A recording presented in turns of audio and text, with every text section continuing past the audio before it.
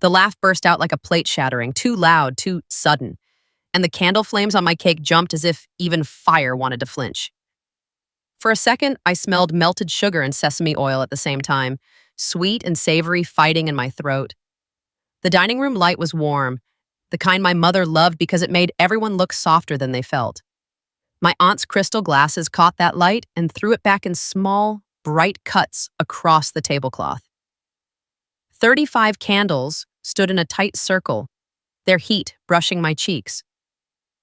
The wax had already started to sag. My mother had insisted on the full number. "It's tradition," she'd said, like counting years could keep them from slipping away.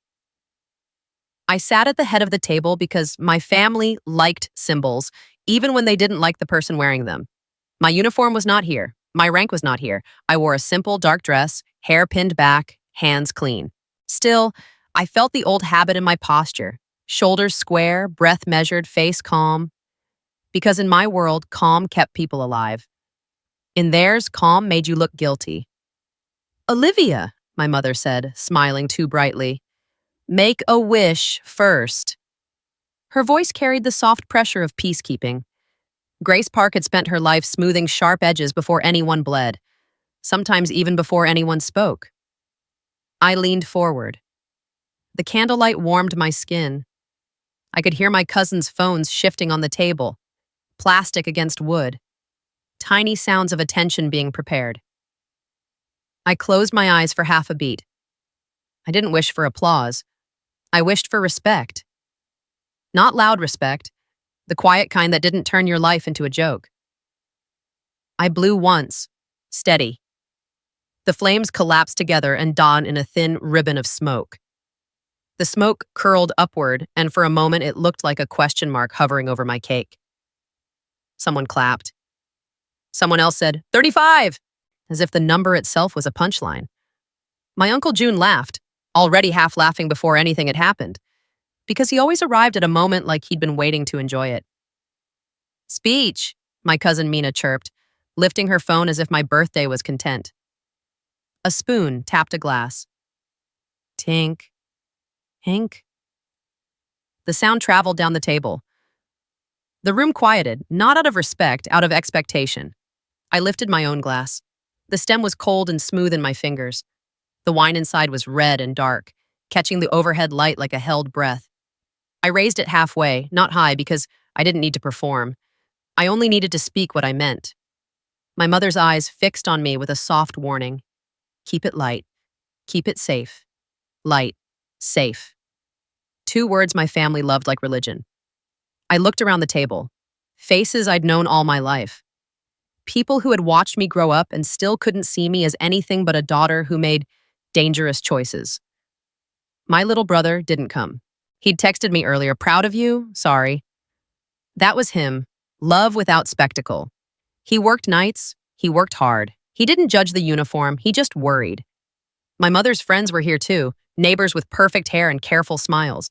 They'd brought gifts in glossy bags, the kind that made it look like everyone belonged. I cleared my throat once. "My wish," I began, then changed it because I hated making wishes out loud.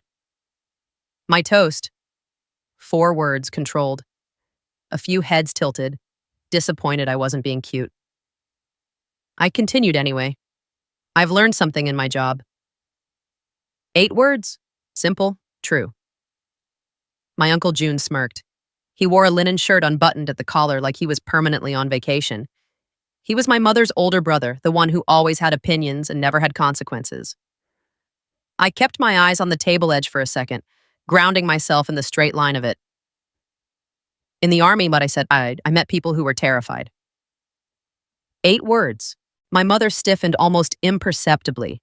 Fear wasn't a dinner topic. Fear was what immigrants swallowed to pay mortgages.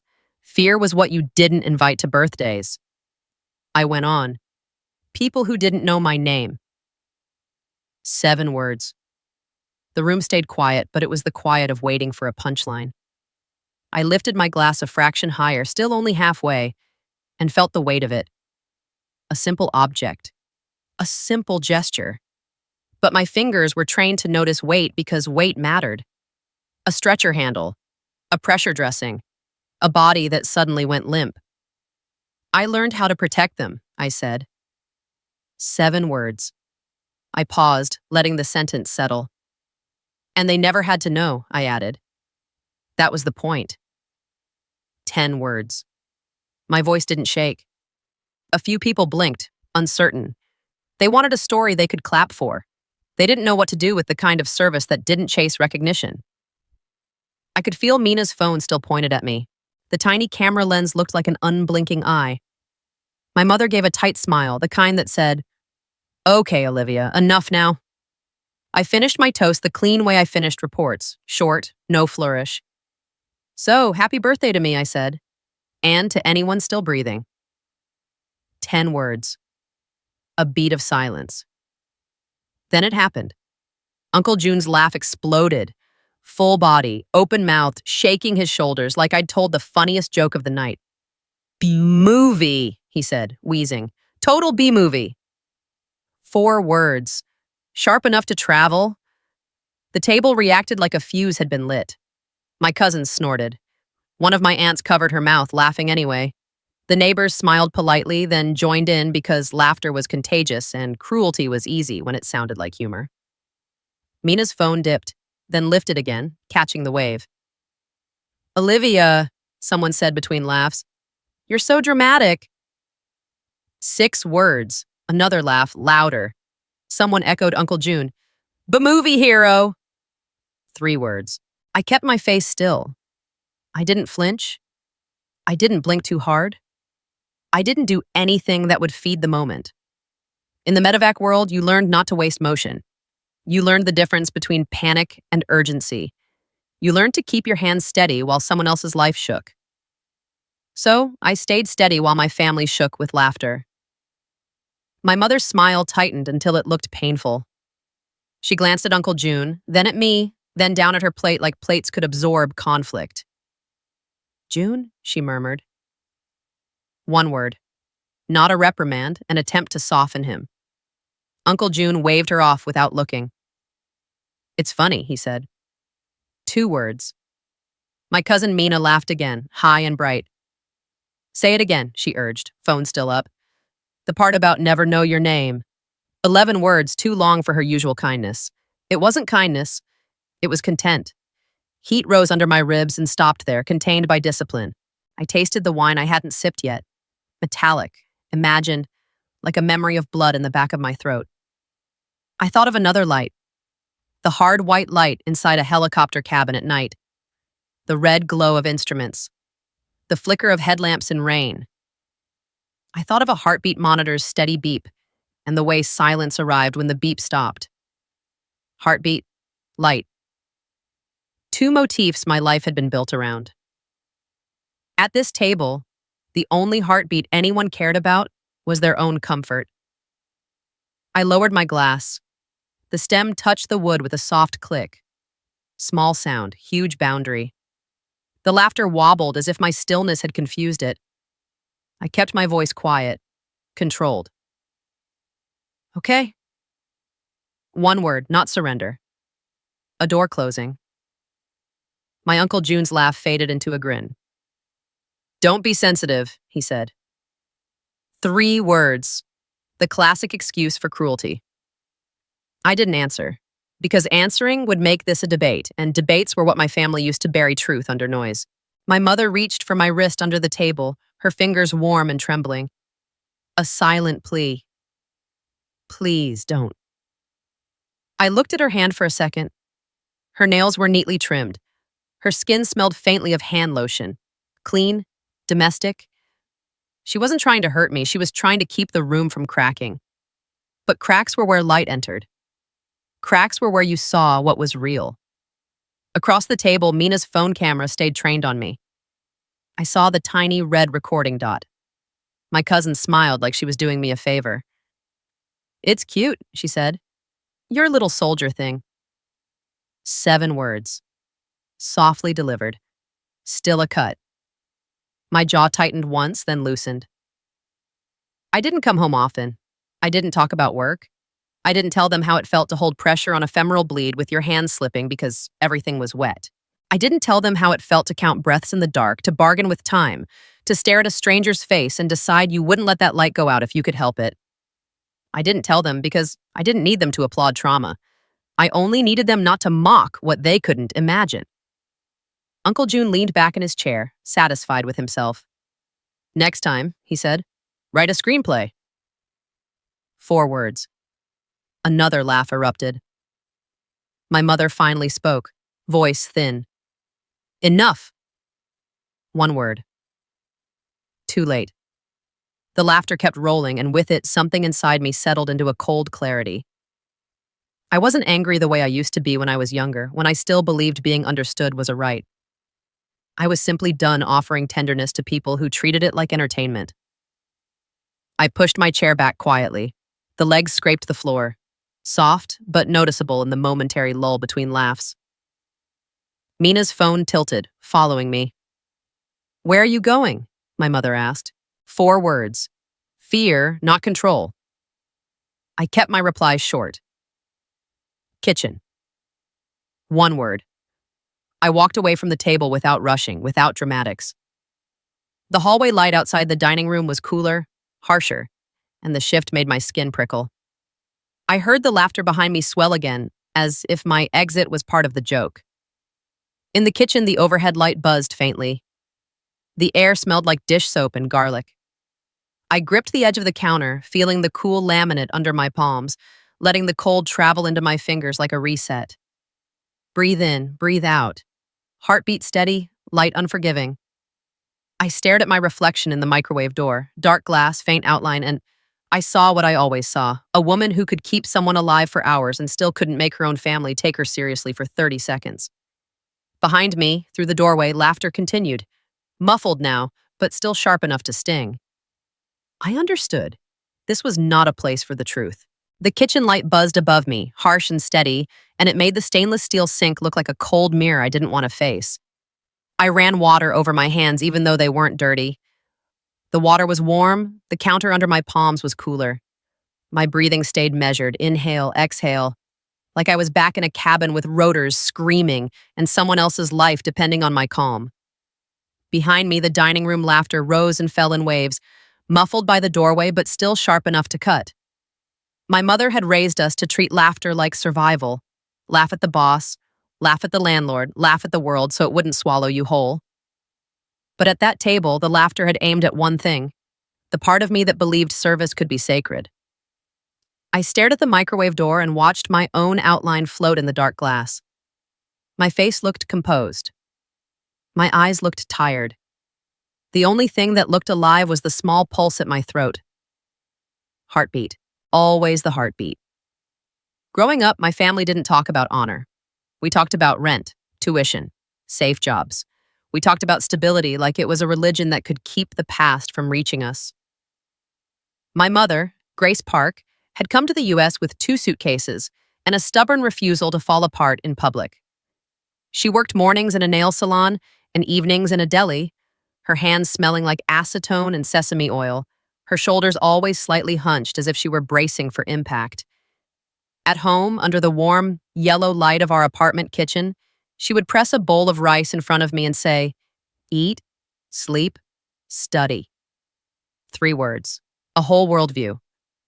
My father had died when I was 12. Construction accident. Quick and senseless. The only memory my family allowed to survive was the practical lesson. Safety was fragile, and the world didn't pay you back for bravery. So when I started talking about the Army in high school, medic programs, flight crews, trauma care, my relatives didn't hear service. They heard risk. You want to die? My aunt had asked once, half joking, half afraid. 4 words. My mother had cut in quickly, eyes flicking toward the window like fear might be listening outside. She's just talking. 3 words. Talking.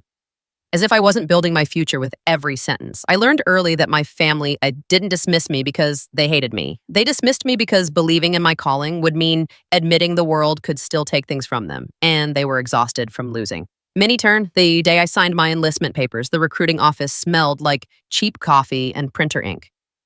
Fluorescent lights made everyone look pale. I wore jeans and a borrowed blazer, trying to look older than 19. My mother sat beside me with her hands folded so tight her knuckles turned white. The recruiter smiled like he was selling a dream.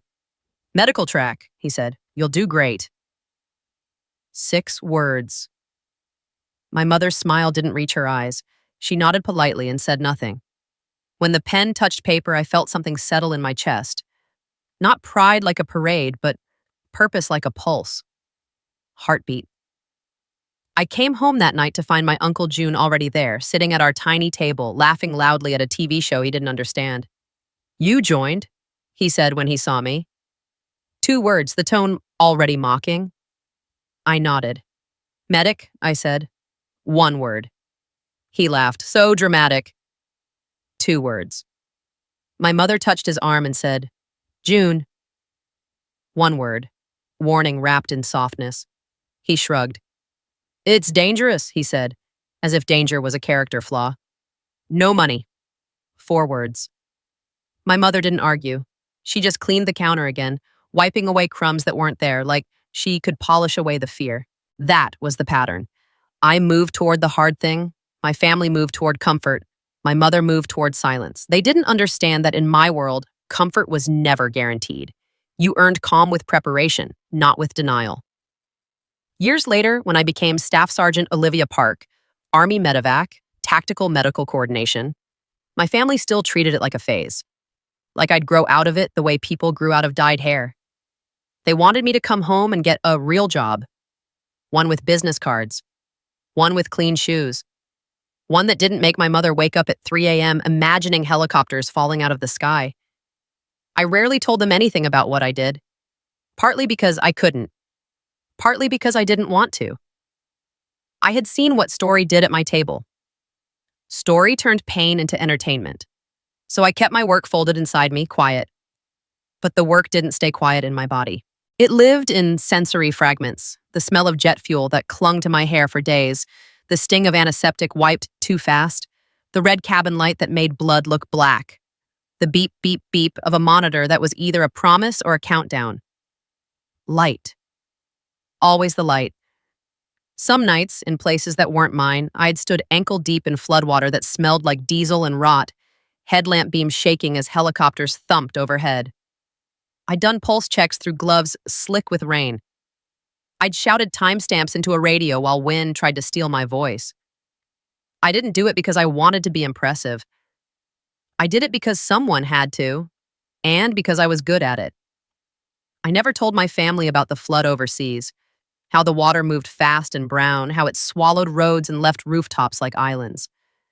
I never told them about the paramedic I'd met there, civilian, local partner, who had gotten pinned under a crushed vehicle when the current flipped it. I remembered his hand shaking and cold, fingers searching for something to hold that wasn't panic.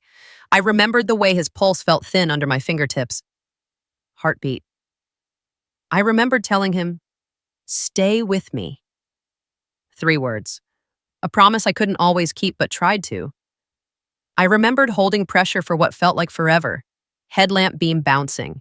Helicopter rotors distant and delayed by weather. I remembered my own voice in my ear, steady, controlled, because if my voice broke, everything broke. I never said any of this at dinner. At dinner, my family wanted safe topics, promotions at work, housing prices, who was getting married, who bought what car, proof that life was stable, proof that pain was optional. And when you don't share the real story, people fill the silence with whatever story serves them. In my family, the preferred story was simple. Olivia exaggerated. Olivia chased drama. Olivia made herself important because she was insecure. They called it teasing. It was a way to keep my calling from challenging their beliefs. My mother learned to reduce conflict the way she learned to stretch groceries. She rationed truth. She diluted tension. She protected harmony even when harmony was just fear wearing a polite face. I understood her. I did. But understanding didn't stop the sting. Back in the kitchen on my 35th birthday, I dried my hands slowly with a paper towel and listened to the laughter fade into chatter. The sink light reflected on the wet faucet like a thin blade. My phone buzzed on the counter. I didn't reach for it right away. I watched the screen light up and go dim again, light flashing like a heartbeat monitor trying to get my attention. Light, heartbeat, always. I finally picked it up. A notification banner slid across the screen. Mana posted a story. My stomach tightened, not with surprise, but with that old, weary knowing. I could already imagine the caption. I could already hear the laugh. I stepped toward the doorway to the dining room and paused, letting the warm light from the table hit my face again. The cake sat half cut, frosting smeared. My glass still sat where I'd set it down, wine untouched. The candles had burned out, leaving thin trails of wax like tears that had hardened. My mother looked up when she saw me, relief flickering across her features like she'd been afraid I'd disappear completely. "You okay?" she asked quietly. 2 words too small for the moment. I nodded once. "Fine." 1 word. A shield. Uncle June was still smiling, leaning back like he'd won something. Mina's phone was in her hand, screen glowing. She didn't look guilty. She looked entertained. I realized then that my family's mockery wasn't only ignorance, it was power. Power over the narrative. Power to keep me small so they didn't have to adjust their idea of what a good life looked like. I took a breath and walked toward my purse by the hallway chair. My phone buzzed again. This time it wasn't a notification. It was a message preview. Someone replying to Mina's story.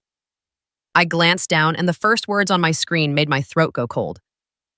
LOL, is she serious? I held my phone tighter, the glass cool against my palm, and I felt something inside me shift from hurt to clarity, like a monitor changing tone when a heartbeat drops. In the dining room, Mina lifted her phone again, smiling at her own screen, and I knew the humiliation hadn't ended with laughter. It had just been uploaded. Mina's screen glowed like a tiny stage light in her palm. I could see it from the corner of my eye even before I looked directly, bright, hungry, tilted toward her face. The dining room felt warmer than it should have, heavy with roasted meat and sweet frosting, and the overhead fixture threw a soft yellow light that made everyone's smiles look gentler than their intentions. My own phone sat cold in my hand. A notification banner blinked again. Mina posted a story. I tapped it. The video opened with my face mid-toast, mouth forming the words I'd meant sincerely, eyes calm, glass half raised. The audio caught Uncle June's laugh, loud and delighted, the moment he called me B-movie. It sounded worse through a speaker. Cruelty always did. Then Mina's caption slid over the bottom in white text. Birthday, and she's cosplay hero, cosplay, hero. 2 words that didn't belong anywhere near a medevac cabin. I felt my pulse pick up once, then settle, like my body trying to decide whether this was a threat or just humiliation. My thumb pressed the screen too hard. A little tremor of rage tried to climb my ribs. I kept it down. In the story, comments appeared as messages rolling in fast, little bursts of light on a black background. LOL, is she serious? Action movie speech. Tell her join Marvel? I stared until the letters blurred, then I blinked them back into focus. Light, heartbeat, light. My phone pulsing like a cheap imitation of a monitor. Across the table, Mina giggled, chin lowered to her screen like she was praying to it. Uncle June said something I didn't catch, and laughter answered him again. Smaller now, but still sharp. The cake sat half cut, frosting smeared like someone had dragged a finger through it out of boredom. Wax trails hardened on the plate, pale and useless. My mother saw my face change. Olivia, she murmured. 1 word soft. Too soft for what was happening. I set my phone down on the table beside my plate. The glass made a quiet click against wood, a restrained sound that somehow felt louder than any of my relatives' laughs. I looked at Mina's phone, then at her. She didn't meet my eyes. She didn't have to. In her mind, it wasn't personal. That was the cruelty. Being treated like a joke was just fun. Mina, I said. 1 word. Calm. She looked up, still smiling. What? 1 word. Innocent tone, guilty timing. I kept my voice level. Take it down. 3 words. Her smile faltered as if I'd spoken in the wrong language. Why? 1 word, too casual. Because it's me, I said. 3 words, the simplest truth. Mina's eyes flicked toward the adults, seeking backup like a child who knew she'd pushed too far but wanted someone else to approve it anyway. Uncle June leaned forward, elbows on the table, interested now. "Come on," he said. "It's funny." 4 words. I didn't look at him. I stayed on Mina. "Delete it." 2 words. Mina's cheeks flushed. Her fingers tightened around her phone.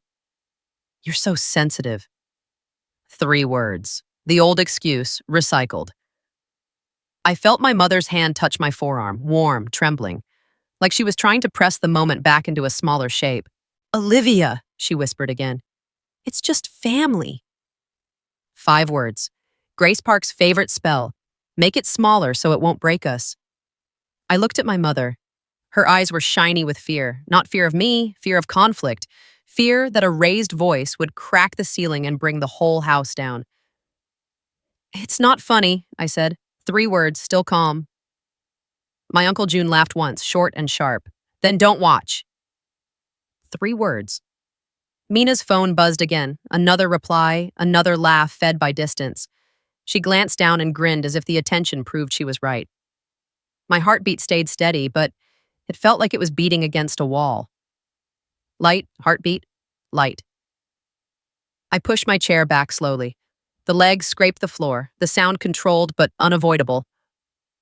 Conversation paused, then resumed at a lower volume as if people were trying to pretend nothing serious was happening.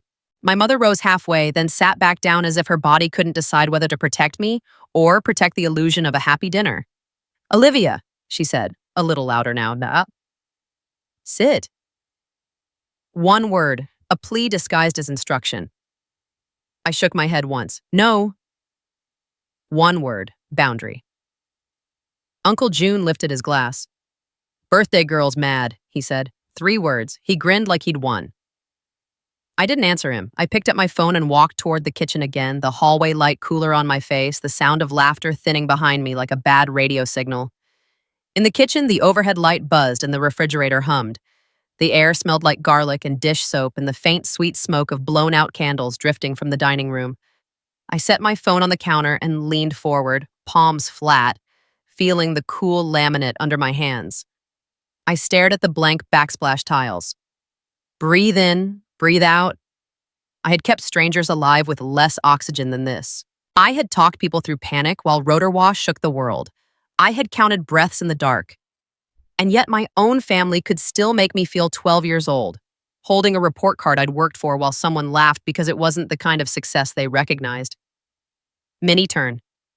My phone buzzed again, harder, like it was determined to keep humiliating me in real time.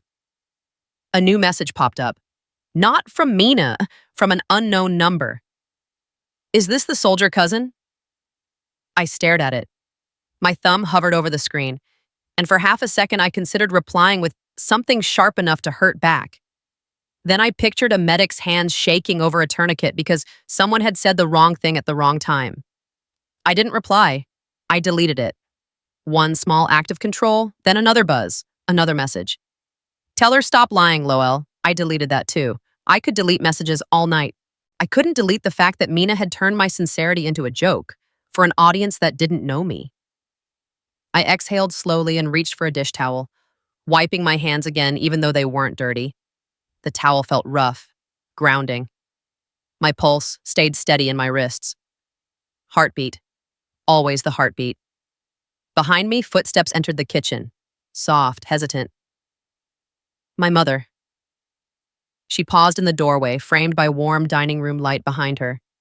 Her face looked smaller in the cooler kitchen glow. Her hands twisted together at her waist. "Olivia," she said gently, "don't make it bigger." 6 words. I kept my eyes on the counter.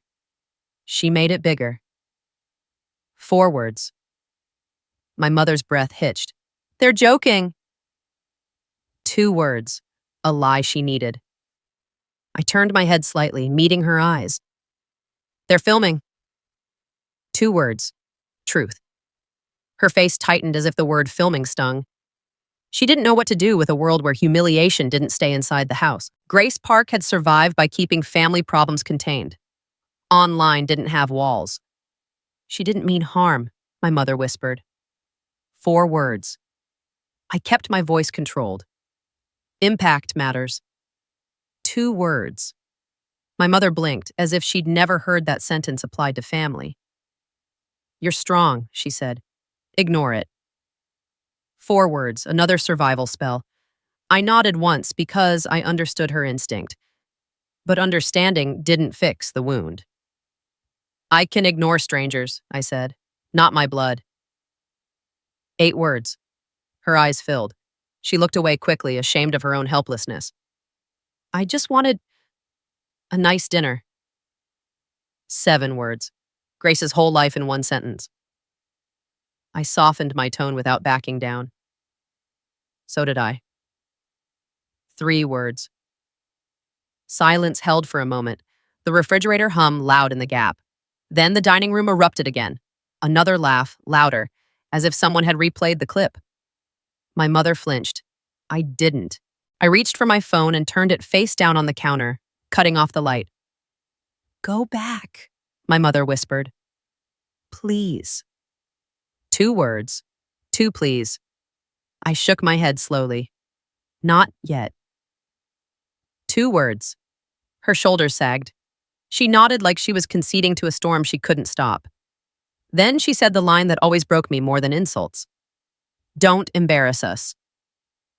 3 words. I stared at her. In my world, embarrassment was a luxury. Out there, people bled, people drowned, people lived or didn't live depending on whether someone kept their hands steady. And my mother? My mother was asking me to protect the family's comfort the way I protected strangers' bodies. I kept my voice quiet. I'm embarrassed too. 3 words. My mother's lips trembled. She nodded, then turned back toward the dining room, retreating into warmth and laughter like it was shelter. I stayed in the kitchen. I didn't cry. I didn't throw anything. I just stood there with the overhead light buzzing and my phone dark on the counter, feeling the shape of my life. Service that saved strangers and silence that cost me at home. Then the sound changed. Not laughter. A chair scraped, slow, deliberate, followed by a hush that moved through the dining room like someone had pulled a plug.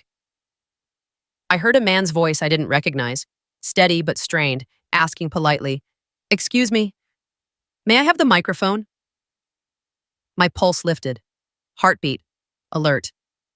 I stepped toward the doorway and saw the dining room frozen, glasses half raised, forks paused midair, Mina's phone lowering for the first time all night. A man stood near the end of the table, not dressed like my family, plain shirt, worn jacket. His hands trembled slightly as he held them together, knuckles white.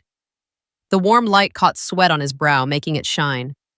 He looked around the room like he didn't belong, and like he didn't care. I don't know this family, he said. 5 words. His voice wasn't loud. It didn't need to be. It carried something heavier than confidence. It carried memory. He swallowed, and his eyes found me in the kitchen doorway as if he'd been looking for me the whole time. My name is Daniel Moore, he said, and I owe her my life. His shaking hand lifted toward the microphone, then paused, as if the truth might bite. For a moment, the dining room light felt too bright, warm yellow pooling on the table like syrup, while the air went cold in my chest. Daniel Moore stood near the end of the table with his hands clasped hard enough to whiten his knuckles. He didn't look like a family friend. No polished blazer, no practiced smile, just a worn jacket that smelled faintly of rain and road dust, and a face that had learned how to stay calm when things went wrong. My Uncle June recovered first because he always did. "Who are you?" he barked. 3 words, sharp. Daniel didn't flinch. "Nobody important," he said.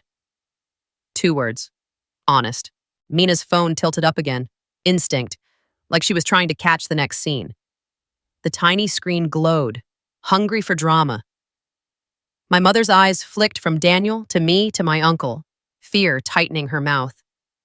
She hated unknown variables. She hated attention that couldn't be controlled.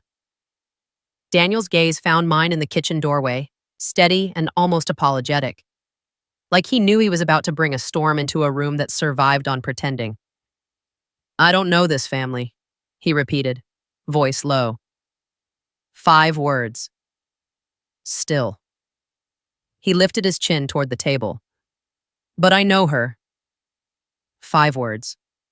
A hush spread, not respectful hush. Suspended hush. The kind you felt right before a helicopter door slid open. I stepped out of the kitchen slowly, drawn by something I couldn't name. My palms felt cool, like the laminate had stolen heat from them. The dining room smelled like roasted meat and sweet frosting. Somewhere a spoon clinked against glass. One small nervous sound. My Uncle June tried to laugh it off. "Oh," he said, smirking. "You're a fan?" 4 words. Cheap. Daniel's jaw tightened. "No," he said. 1 word. Final. He reached for the microphone. My mother's old karaoke mic, the one she brought out for birthdays and New Year's. Black plastic, slightly sticky from too many hands. When Daniel wrapped his fingers around it, they trembled. Not from weakness. From memory. "This is awkward," my aunt muttered. 3 words meant to shrink the moment back down. Daniel spoke anyway. "I'm a paramedic."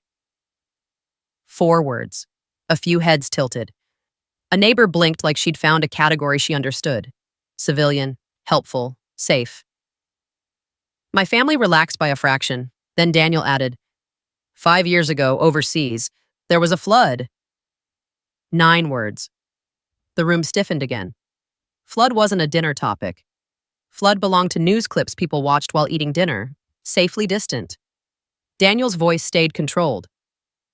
"We were working with a relief convoy." 8 words. My heart did a small, steady thump against my ribs, heartbeat.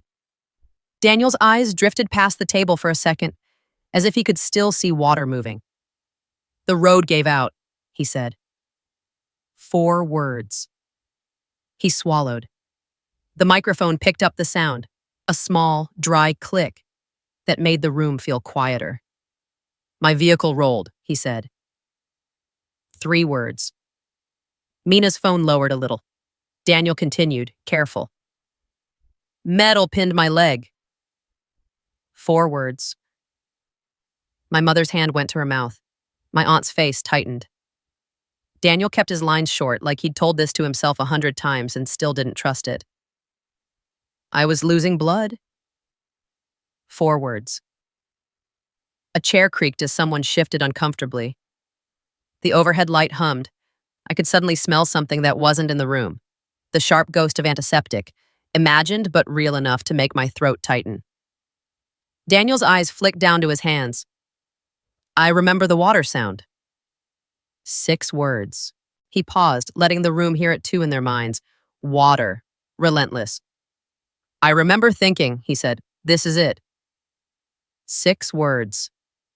My Uncle June scoffed softly. "Drama," he muttered. 1 word. Daniel's head turned slightly, not angry, just acknowledging the noise like you acknowledged wind. Then a helicopter came. 4 words. The room shifted. Helicopter carried weight even for people who hated the military. Helicopter meant urgency. Helicopter meant someone cared enough to come.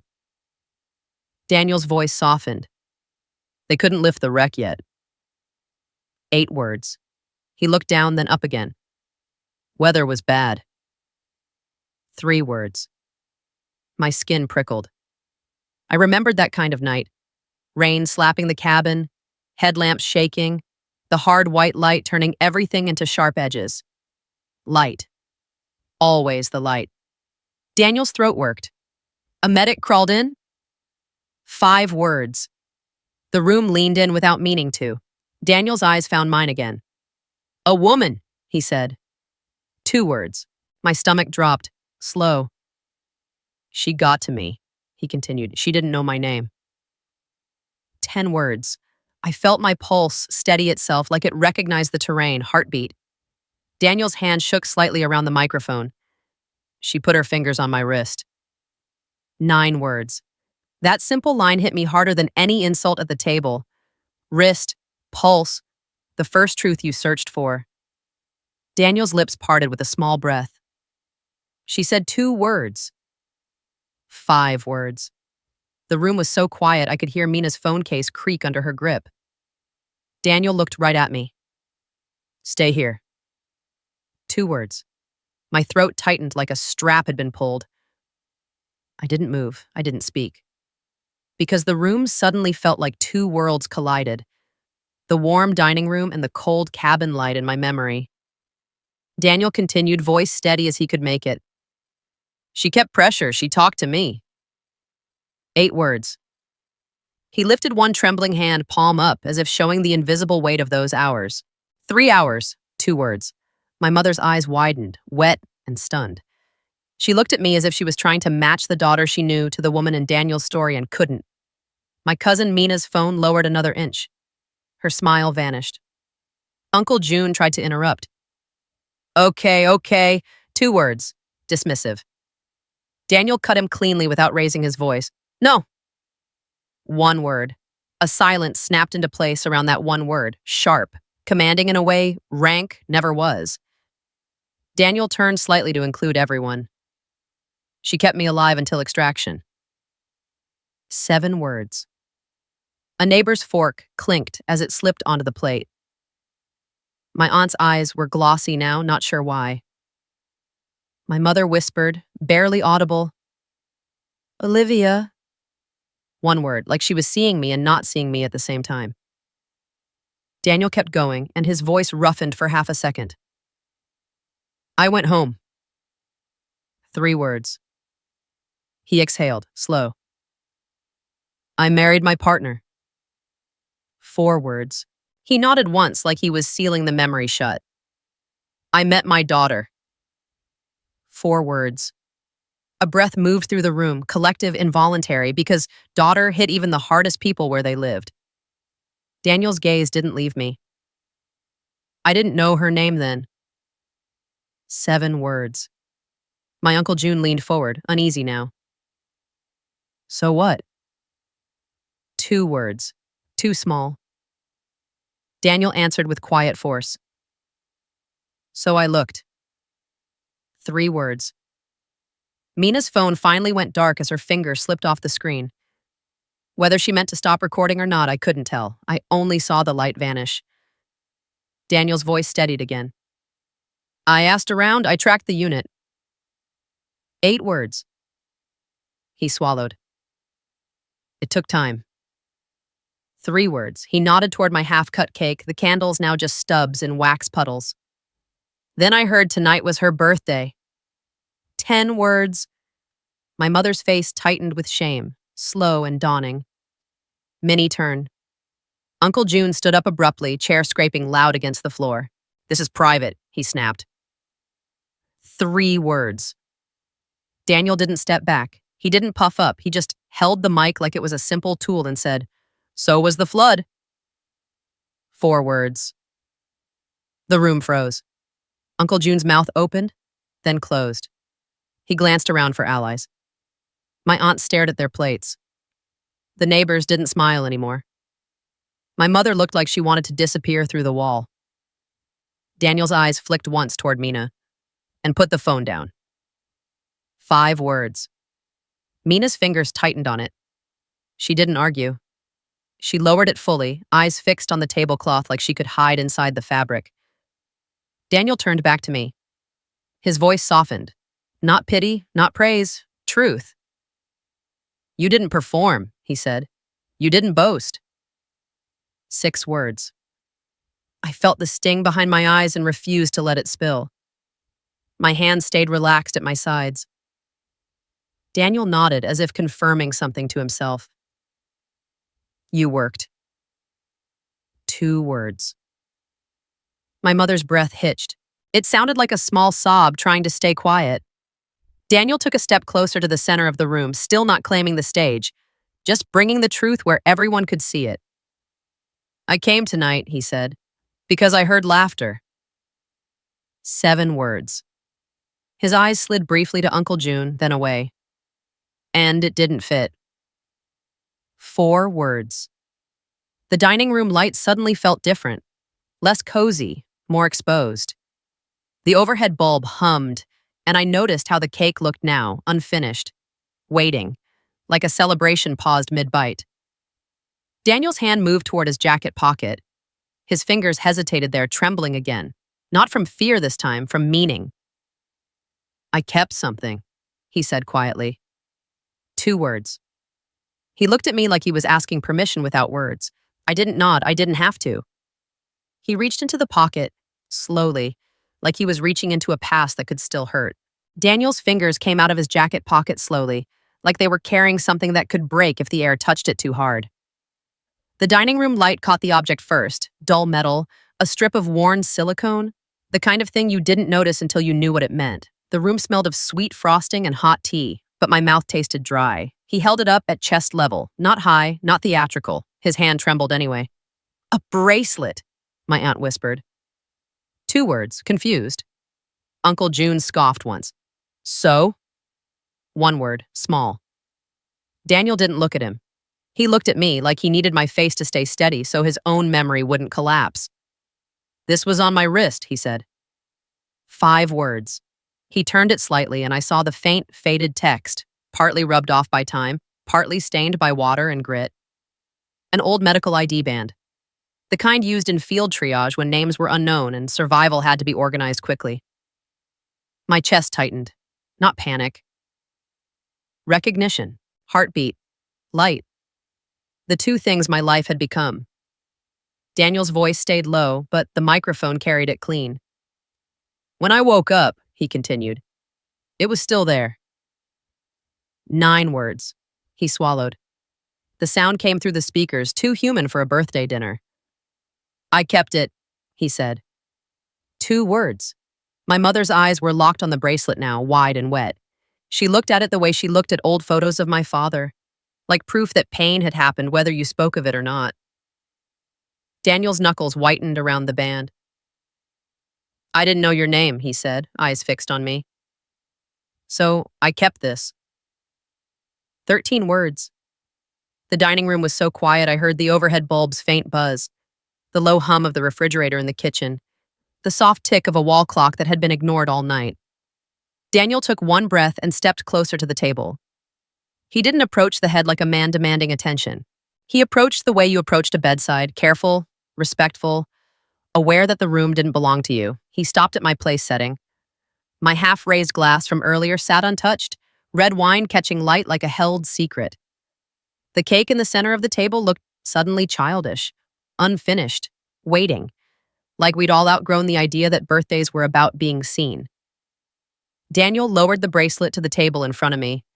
The silicone made a soft, dull sound against wood. Tap.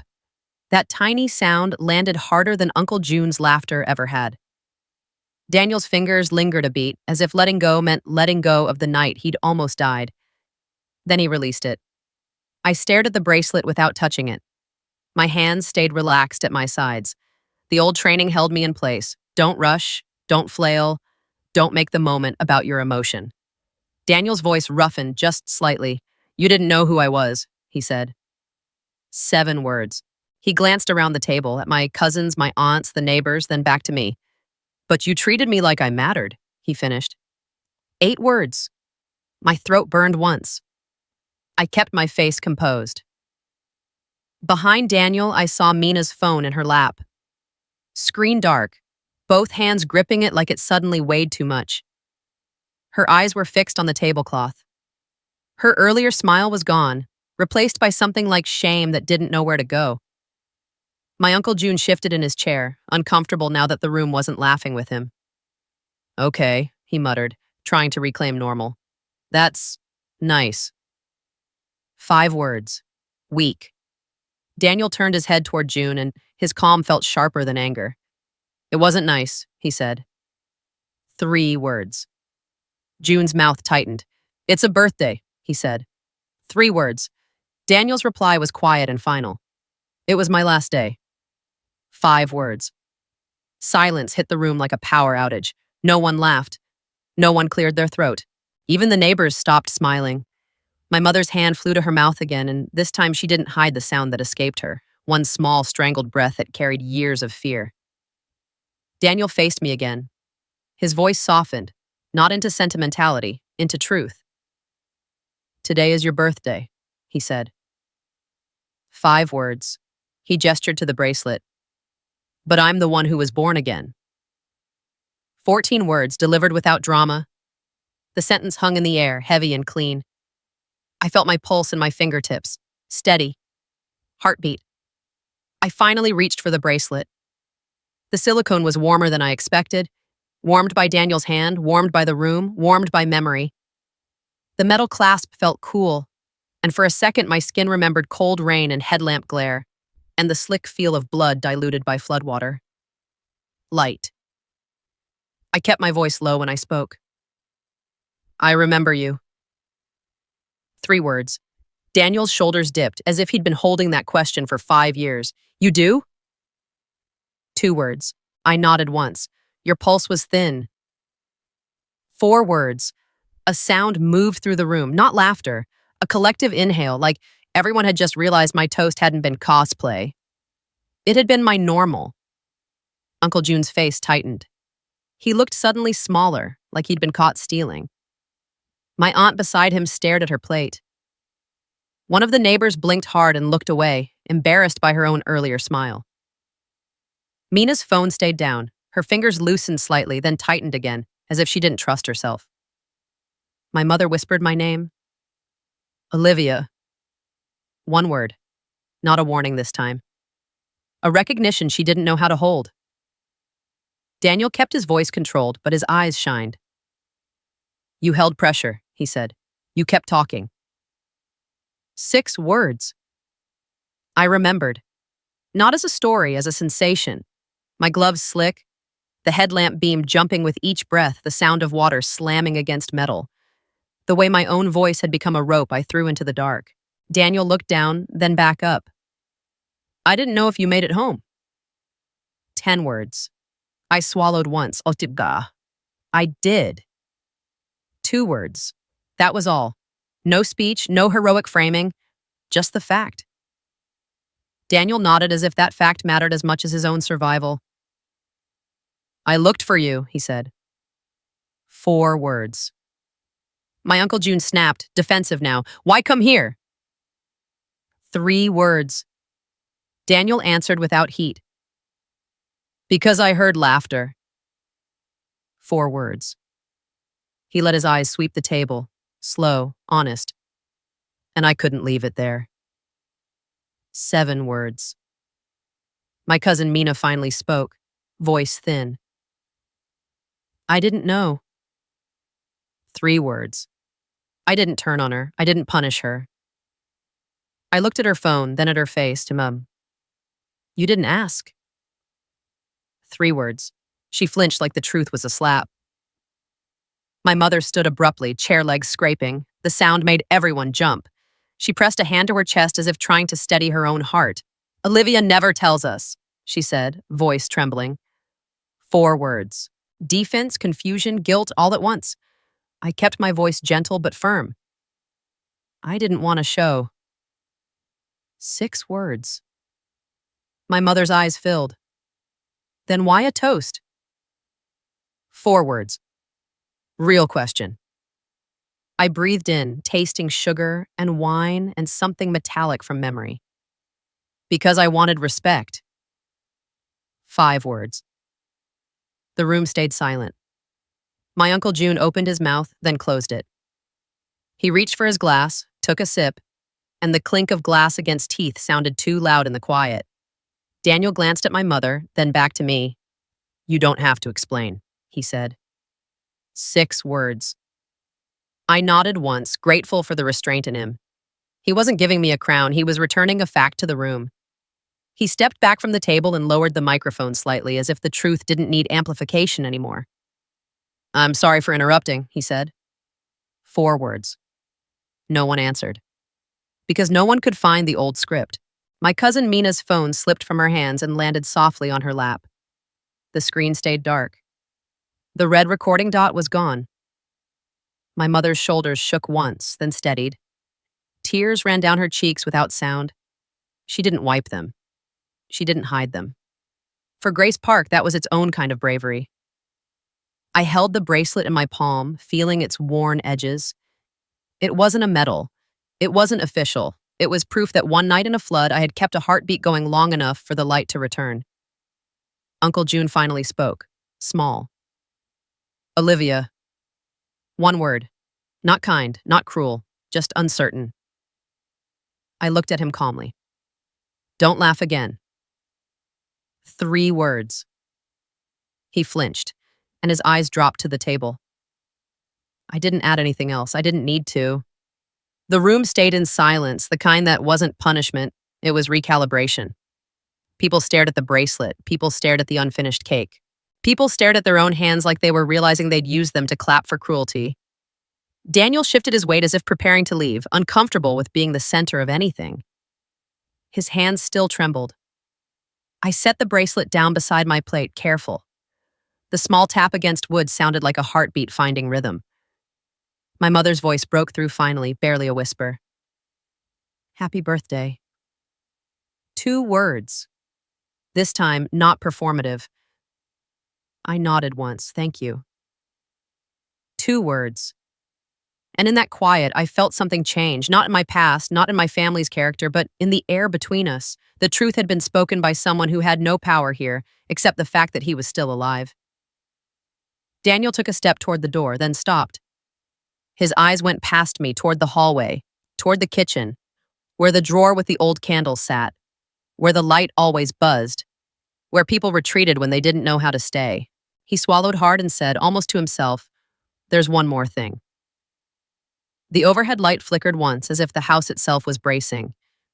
Daniel's one more thing hung in the air like a monitor tone that hadn't decided whether it was warning or relief. The dining room stayed pinned in that heavy quiet.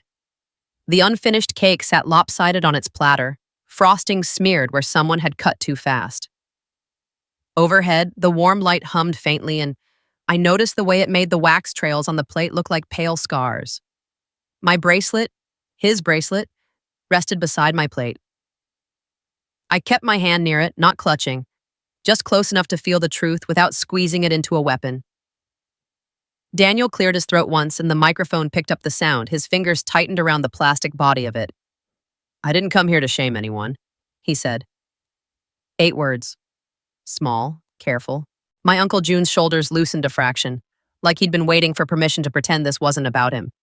Daniel's eyes moved across the table, over my cousins' lowered faces, over my aunt's frozen hands, over the neighbors who suddenly couldn't find their smiles. I came because I heard her get mocked, he added. 9 words. My mother's breath broke softly. She pressed her palm to her chest as if she could steady her own heartbeat with her hand. Daniel turned slightly toward Mina. And because that video... 4 words. Unfinished.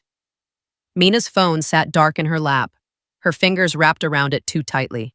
Her lips parted, then closed again. Her cheeks were blotched with embarrassment that couldn't decide whether to turn into anger or collapse into shame. Daniel didn't accuse her. He didn't name her cruelty as cruelty. He just said the truth out loud in a way that made it hard to hide behind joking. It traveled, he said. 2 words. The room shifted. People remembering the internet, remembering screenshots, remembering how fast a private laugh became public evidence. Daniel's voice stayed calm. I saw it. 3 words. My throat tightened once. I hadn't even considered that. I'd been thinking only of my own humiliation, my own family table. But of course it traveled. Of course it did. Daniel nodded slightly, as if confirming something he'd already accepted. I recognized her. 3 words. Mina's eyes snapped up. From what? She blurted. 2 words, defensive. Daniel's gaze returned to me. Her voice, he said. 2 words. That sentence hit me oddly, tender and brutal at once. I'd spent years making my voice steady so other people wouldn't panic. I'd never imagined it could be recognized like a fingerprint. Daniel's hand trembled again. In the flood, he said. It was the last calm I heard. 14 words and the room went stiller. I felt my pulse in my wrist steady under my skin. Heartbeat. I looked at my mother. Her eyes were fixed on me like she was trying to learn my face again from scratch. Daniel lowered the mic a fraction. So when I saw her get laughed at, he continued, I couldn't just scroll. 15 words and he winced slightly. as if the modern word scroll didn't belong near that memory, but it was true. My Uncle June shifted in his chair, clearing his throat. It was a joke, he muttered. 4 words, too small. Daniel didn't turn on him. He simply said, "Jokes don't bleed." 3 words. A sharp silence followed, no gasps, no murmurs, just the quiet of people forced to sit with the weight of what they'd done. Mina's fingers finally moved.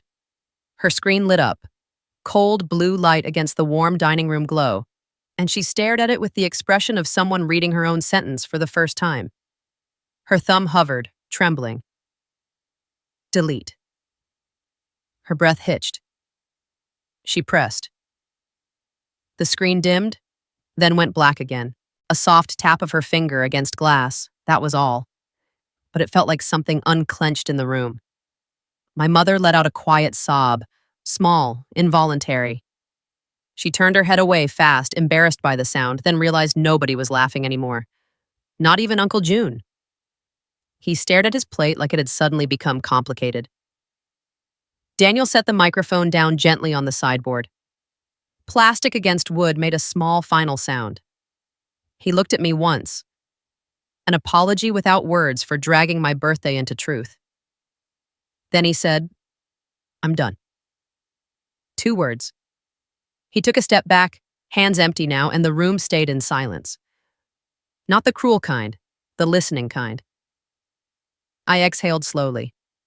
My body wanted to fold into the kitchen again, disappear into dish soap and buzzing lights.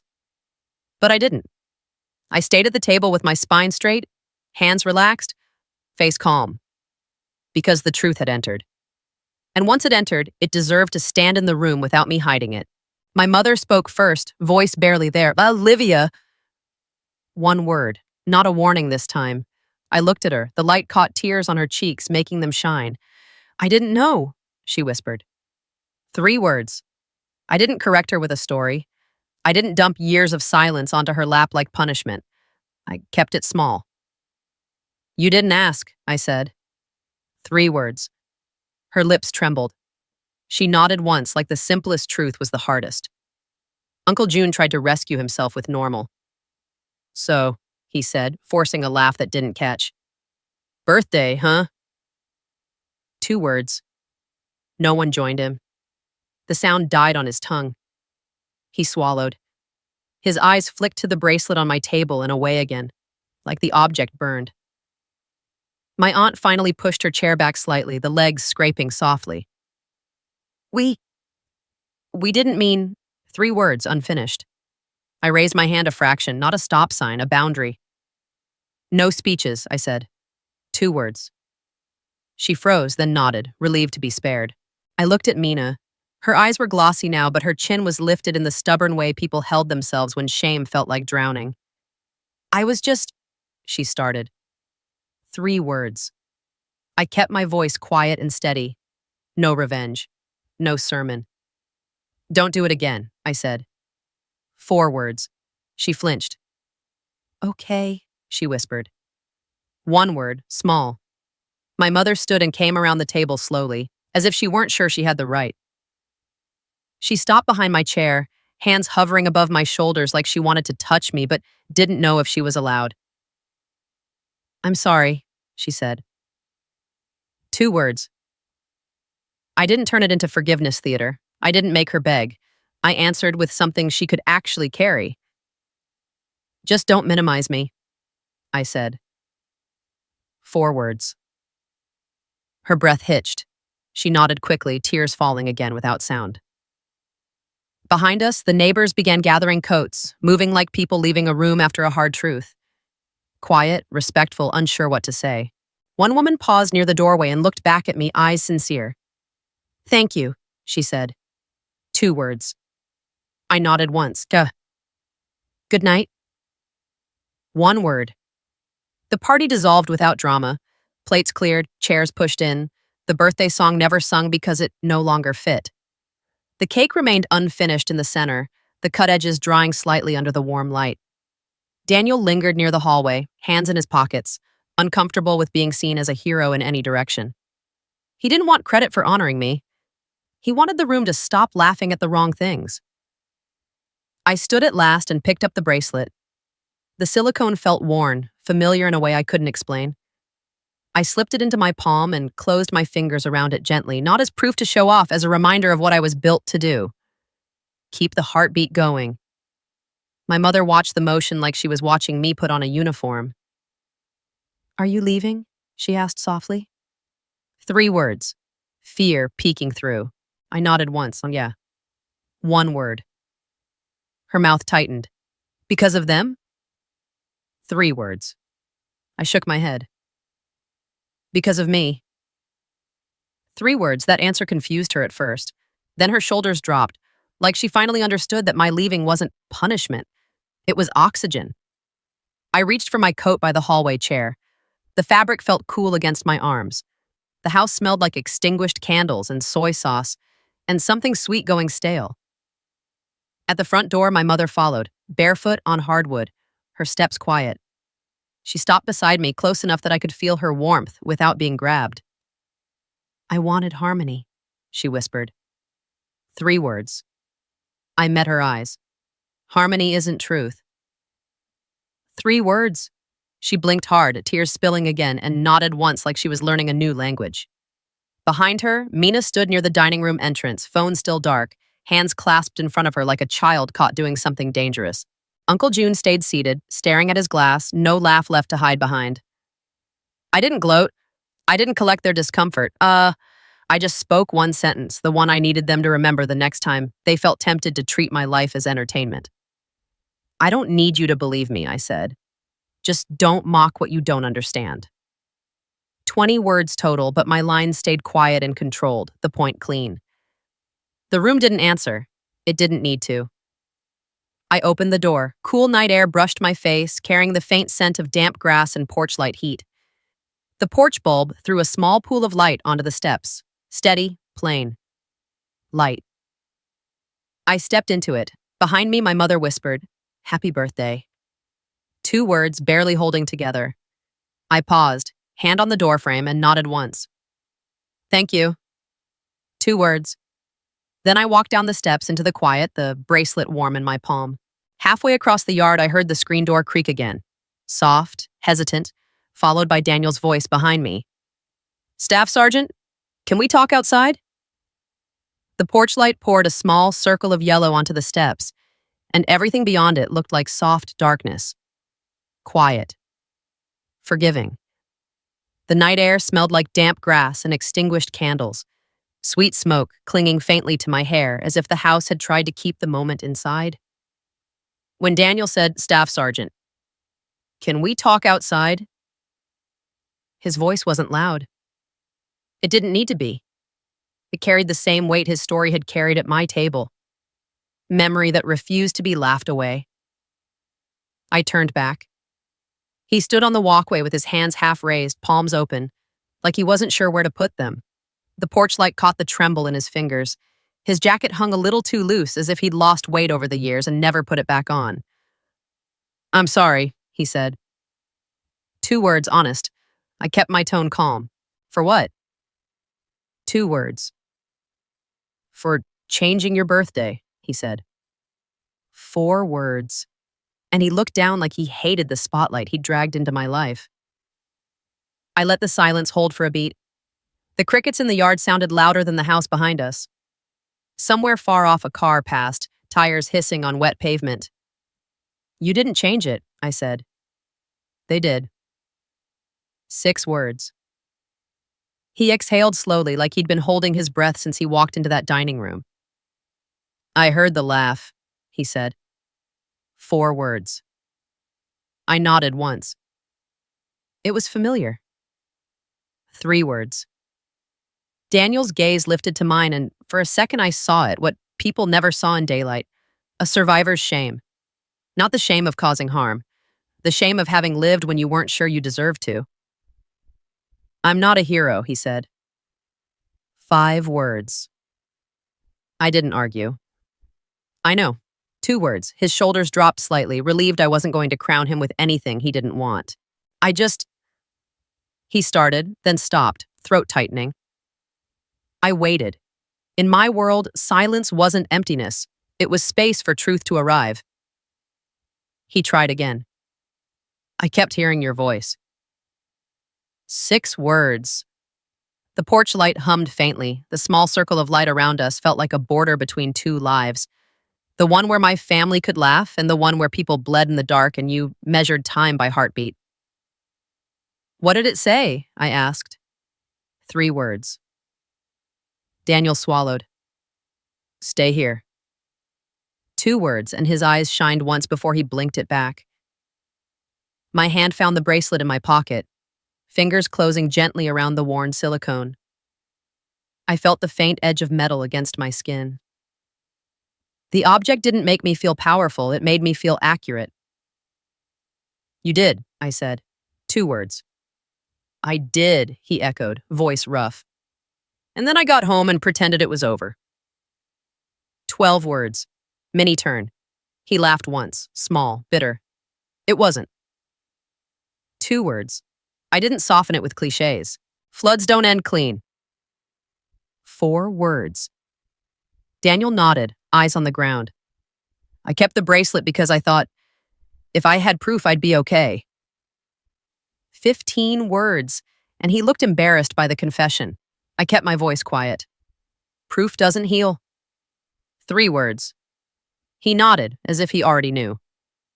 Therapy helps, he said. 2 words. Showing up helps, I replied. 3 words. He looked up at me, and the porch light caught the tired lines around his eyes. You do that, he said. 3 words. I didn't let it turn into praise. It's the job. 3 words. He frowned slightly. No, he said. It's you.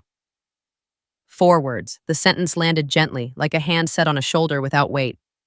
I felt my throat tighten, then settle. I had spent years trying not to need my family's approval. I hadn't realized I still needed to be seen accurately, even once. Daniel's gaze flicked toward the house. They didn't know, he said. 3 words. I kept it simple. They didn't want to. 4 words. He winced, like that truth hurt worse than the flood. Your mom, he began. I cut him off softly, not unkind. She's afraid. 2 words. Daniel nodded. I could see it, he said. 4 words. Fear makes people laugh wrong, I said. 6 words. His mouth tightened in agreement.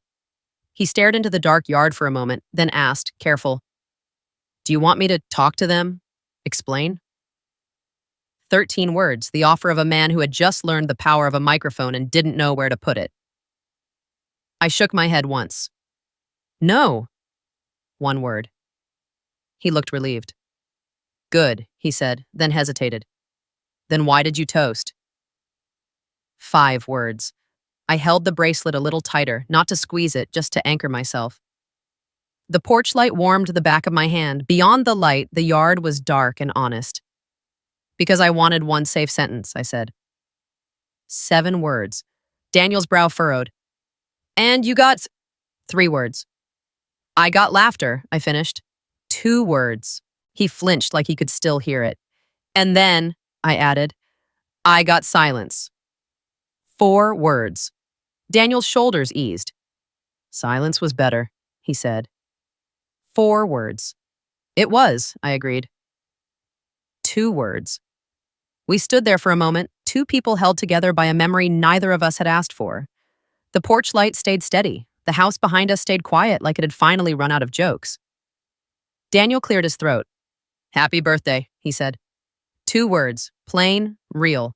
I nodded once. Thank you. 2 words. He took a small step back as if he didn't want to take up more space in my night than he already had. I'm going, he said. 3 words. Drive safe, I replied. 2 words. He nodded, then paused once more, eyes returning to my face. You didn't need applause, he said. 5 words. I answered the truth I'd learned the hard way. Just 1 heartbeat still alive? 6 words. His mouth tightened, grateful, and he walked away into the dark beyond the porch light. I stayed under the light a moment longer, listening to the quiet. The house door creaked behind me. My mother stepped onto the porch barefoot, wrapped in a cardigan like armor. Her eyes were swollen from crying, but her posture was straighter than it had been all night. "Did he leave?" she asked. 3 words. I nodded. "Yeah." 1 word. She swallowed, hands twisting together. The porch light made her skin look softer, but her fear still sat hard around her mouth. "I heard everything," she whispered. 3 words. I didn't answer with anger. "Good." 1 word. My mother blinked, and tears gathered again. "I didn't know how to stop them," she said. 9 words. I kept my voice low. "You can start now." 4 words. Minnie turned, she flinched. "Frankly, June, he'll say I'm—" 8 words, but she stopped, ashamed of the old reflex. "What will they think?" I waited. She tried again, quieter. "He'll say I'm causing trouble." 7 words. I shook my head once. "Truth isn't trouble." 3 words. My mother's lips trembled. "I wanted you safe," she said. 5 words. "I was safe," I replied. "Until the laugh." 6 words. That landed. She closed her eyes briefly as if the sentence stung. When she opened them, she looked at me like she was seeing the shape of my life for the first time. The discipline, the silence, the parts of me that never fit in her kitchen. "I'm sorry," she whispered again. 2 words. This time it didn't feel like a script. I didn't reward her with a big reconciliation. I didn't punish her with coldness. I gave her something that could actually change tomorrow. "Don't shrink me," I said. 3 words. Her breath hitched. "I won't," she said. 2 words, and she looked terrified of her own promise. I nodded once, acknowledging effort without pretending it solved everything. The porch light buzzed faintly. The night air cooled my cheeks. My mother's eyes flicked toward the driveway, as if she expected me to get in my car and vanish the way I always did. "I should go," I said. 3 words. She nodded, then surprised me by stepping closer. Not grabbing, not clinging. She held her hand out slowly, palm up, like she was offering peace without forcing it. I hesitated only a beat, then placed the bracelet in her palm. Her fingers closed around it carefully like it was fragile glass. "What is this?" she whispered. 3 words. "Proof," I said. 1 word. Her eyes lifted, confused. "Proof of what?" 3 words. I kept my line short, clean. "That service is real." 4 words. My mother swallowed hard. Tears slid down her cheeks again, silent. She nodded once, clutching the bracelet like she could feel the heartbeat inside it. "I won't let them laugh," she said. 5 words. I didn't ask her to fight wars at dinner tables. I didn't ask her to choose me in public at the cost of her entire family identity. I just said the truth that mattered. "Just don't join them," I replied. 4 words. She nodded again, small and brave. Then she handed the bracelet back to me with both hands, like returning something sacred. I slipped it into my pocket. The porch light held steady. Light. Heartbeat. I walked down the steps, gravel crunching softly under my shoes. My car door felt cold under my hand. Inside, the dashboard glow painted my fingers pale blue. I sat for a moment without turning the key, letting the quiet settle into my ribs. My phone buzzed once. A message from Mina. Deleted. "I'm sorry." 4 words. Too late to erase the wound, early enough to matter. I didn't reply right away. I stared at the windshield where the porch light reflected as a small floating halo. My family's laughter had been real. Their change, if it came, would be slow and imperfect. But my work had always been slow and imperfect too. One life at a time. One heartbeat at a time. I started the engine. The sound was low, steady, ordinary. I backed out of the driveway and drove into the dark road where streetlights arrived in spaced pools, each one a small circle of light you pass through without needing to stay in it. I didn't feel triumphant. I felt free. Service speaks.